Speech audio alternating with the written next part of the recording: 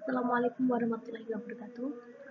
Perkenalkan, kami dari kelompok 10 ingin presentasikan hasil kerja kami yang berjudul tentang pendekatan historis dalam studi Islam dengan kelompok Dwi Wahyu Rian Tripalupi dan saya sendiri Enggi Mayasari. Langsung saja pada pembahasan kali ini, yaitu tentang pengertian pendekatan historis. Dalam bahasa Inggris, historis artinya sejarah atau peristiwa. Kata sejarah dalam bahasa Arab ini adalah syajaratun, yang berarti pohon. Pengambilan istilah ini berkaitan dengan kenyataan bahwa sejarah setidaknya dalam pandangan orang itu menggunakan kata yang menyangkut tentang sejarah an-nasab. Jika merujuk pada makna secara kebahasaan, dapat ditegaskan bahwa pengertian sejarah menyangkut dengan waktu dan peristiwa. Perlu diketahui bahwa tidak semua peristiwa masa silam dimasukkan dalam sejarah. Setidaknya kalau kita bicara tentang sejarah, itu sebagai ilmu. Terdapat pembahasan itu dibagi menjadi 4 hal tentang masa lalu itu. Yang pertama itu yaitu peristiwa tentang masa lalu, pembahasan yang menyangkut tentang masa lalu. Yang kedua, pembatasan yang menyangkut peristiwa. Ketiga, pembatasan yang menyangkut tempat. Dan yang terakhir itu ada perbatasan yang menyangkut seleksi, yang artinya tidak semua peristiwa masa lalu dianggap kategori sejarah.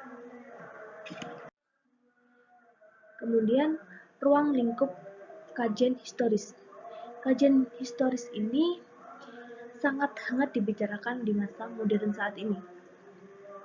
Lebih jelasnya, dalam kajian Islam ini terdapat beberapa kedudukan permasalahan pada ruang lingkup yang lebih sempit, yaitu yang pertama, Islam sebagai doktrin dari Tuhan yang sebenarnya bagi para pemeluknya sudah final dalam arti absolut dan diterima apa adanya. Nah, Islam terdapat dua macam nilai yang yaitu Islam berdimensi normatif dan Islam berdimensi historis. Kedua aspek ini terdapat hubungan yang menyatu dan tidak dapat dipisahkan, tapi dapat dibedakan. Yang pertama, aspek normatif ini merupakan wahyu yang harus diterima sebagai adanya mengikat sebuah pihak dan berlaku universal. Sedangkan secara historis berkaitan tentang kekhalifahan senantiasa dapat berubah, menerima diskusi karena produk zaman tertentu, dan hal ini bukan hal yang sakral. Kedua, Islam sebagai gejala budaya yang berarti seluruh yang menjadi kreasi manusia dapat dikaitkan dengan agama, termasuk pemahaman orang terdapat doktrin agamanya. Kemudian yang ketiga yaitu adalah Islam sebagai interaksi sosial, yaitu realitas umat Islam. Yang keempat, Islam yang terangkai dengan konteks kehidupan pemeluknya. Oleh karena itu, realitas kemanusiaan selalu berada di bawah realitas ketuhanan. Berbicara tentang sejarah, biasanya akan segera menghubungkan dengan cerita, yaitu cerita tentang pengalaman manusia di waktu masa lalu. Kemudian yang terakhir yaitu historis atau sejarah sebagai peristiwa, sebagai kisah dan ilmu. Sejarah dapat digolongkan sebagai ilmu apabila ia memiliki syarat-syarat dari suatu ilmu pengetahuan atau syarat-syarat ilmiah. Materi yang dibahas selanjutnya adalah metode pendekatan historis. Metode pendekatan historis ada 3. Yang pertama, heuristik, merupakan kegiatan mencari dan menemukan sumber yang diperlukan. Sumber sejarah dapat dilihat melalui dokumen, arsip, jurnal atau majalah, surat kabar, dan lainnya. Yang kedua, interpretasi, yaitu penafsiran akan fakta dan hubungan antara satu fakta dengan fakta lain yang dilandasi sikap objektif. Suatu waktu dapat menggunakan sikap subjektif namun harus subjektif yang rasional.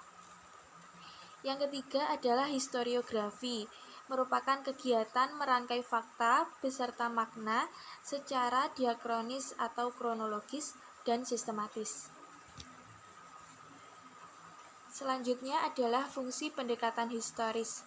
Fungsi pendekatan historis dalam studi Islam ada 4. Yang pertama adalah fungsi rekreatif atau hiburan, yaitu upaya untuk menumbuhkan perasaan senang dalam penulisan dan belajar sejarah.